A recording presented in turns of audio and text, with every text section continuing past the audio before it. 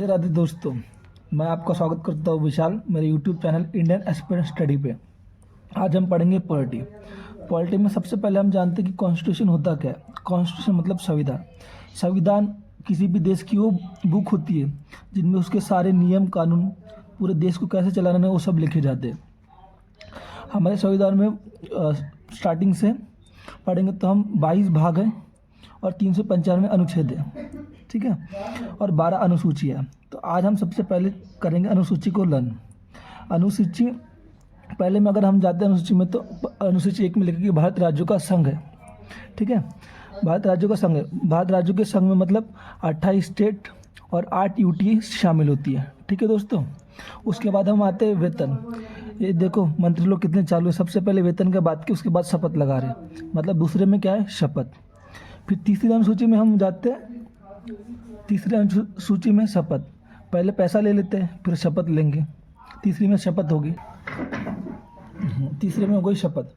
फिर दोस्तों हम आते हैं चौथे अनुसूची में। चौथे अनुसूची में राज्यसभा की सीटें। राज्यसभा में कितनी सीटें होंगी, कहाँ से आएंगी, 12 जो मनोनीत होते हैं वो कहाँ से आएंगे, इसके बारे में सारा लिखा है अनुसूची 4 में।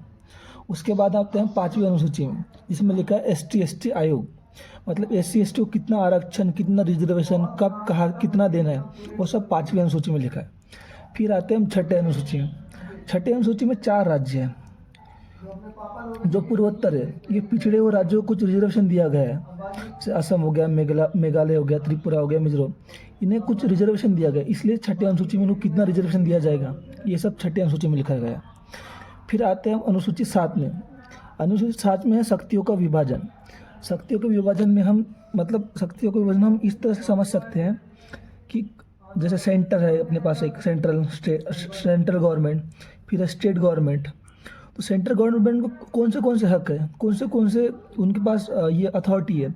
स्टेट गवर्नमेंट की कौन सी अथॉरिटी है, फिर दोनों को मिला के कौन सी अथॉरिटी है, हम इसमें जानते हैं। जैसे संघ सूची बोलते हैं इसे। संघ सूची में जितने भी सब्जेक्ट आते हैं वो सेंटर के अंडर आते हैं। जैसे सेना, उसमें स्टेट का कोई प्रभाव नहीं पड़ता। जनसंख्या सेंटर कराएगी। बैंक से रिलेटेड जितना भी काम होगा सेंटर कराएगी। रेलवे से रिलेटेड जितना भी काम होगा सेंटर कराएगी। फिर आती है राज्य सूची। संघ सूची में लगभग 100 सब्जेक्ट है, सारे तो याद नहीं कर सकते हम, लेकिन जो मेन है वो ये है। फिर आती है स्टेट सूची यानी राज्य सूची। राज्य सूची में 60 से 61 सब्जेक्ट है। जैसे स्टेट के सब्जेक्ट है वैसे राज्य की, लेकिन अलग अलग है ये। जैसे स्टेट के पास कृषि है, स्टेट की खुद की पुलिस होती है, जैसे यूपी पुलिस, महाराष्ट्र पुलिस, ये सब हो गया। प्रशासन, लोक व्यवस्था, पंचायत राज, ये स्टेट के अंडर आती है।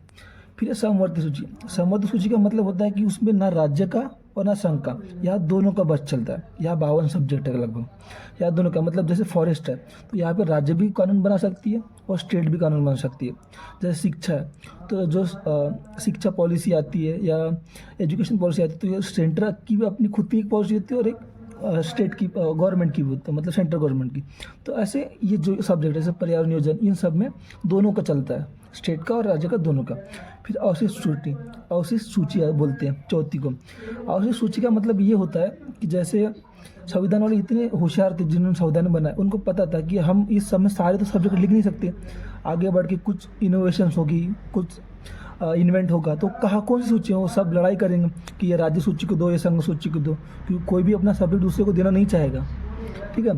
तो जितने भी नए सब्जेक्ट आएंगे, जैसे साइबर हो गया, अंतरिक्ष हो गया, ये तो है, लेकिन जैसे अब GST हो गया, वो कहा जाएगा अवशिष्ट सूची में जाएगा। फिर जैसे आपका UPI सिस्टम हो गया, जो गूगल पे, फ़ोन पे, वो कहा जाएगा अवशिष्ट सूची में जाएगा। जितने भी ये सब यहाँ पे जाएंगे, समझा, रेडी। फिर जवान हम आते 8वीं अनुसूची। 8वीं अनुसूची में 22 भाषाएं।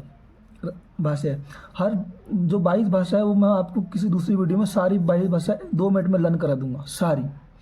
फिर 9वीं आता है भूमि सुधार।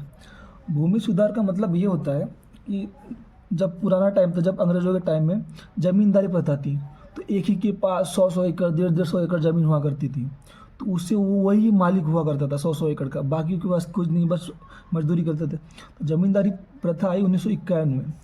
तो 1951 में जवाहरलाल नेहरू ने बोला कि जमींदारी प्रथा खत्म की जाए और सबको इक्वल ज़मीन दी जाए, इसलिए जमींदारी प्रथा खत्म हो गई और सबको इक्वल ज़मीन होगी। पाकिस्तान में अब भी जमींदारी प्रथा है, किसी की पूरी झीले बराबर ज़मीन होती है पाकिस्तान में, तो ये होती है जमींदारी सुधार, ठीक है, ये होती है भूमि सुधार। फिर आता है दल बदल। 10वीं अनुसूची में आता है दल बदल। दल बदल का मतलब ये होता है कि एक पलटू राम करके था, आया राम गया राम बोलते थे उसे, जो एक दिन में 18 बार उसने पार्टी चेंज की थी चुनाव के टाइम में। तो ये दल बदल कानून 1952 में कुछ लाया गया था, राजीव गांधी के टाइम में। तो दल बदल कानून अनुसूची 10 में, इसे मैं विस्तार में दूसरी वीडियो में बताऊंगा। इसमें पंचायत राज में ग्राम प्रशासन आता है, तो आपको पता है ग्राम पंचायत, और फिर नगर पालिका, ये शहरों के लिए और ग्रामीण के लिए। स्टार्टिंग में 8 अनुसूची हुआ कर देती, लेकिन वर्तमान में जैसे जैसे हमें ज़रूरत पड़ी वैसे वैसे अनुसूचियाँ बढ़ाई गई, और ये लास्ट की 4 सूचियाँ है ये अभी ऐड हुई है रिसेंट में। धन्यवाद। आपका हमारे यूट्यूब चैनल पर अगर पढ़ाना अच्छा लगा हो तो सब्सक्राइब कीजिए, फॉलो करें, लाइक करें।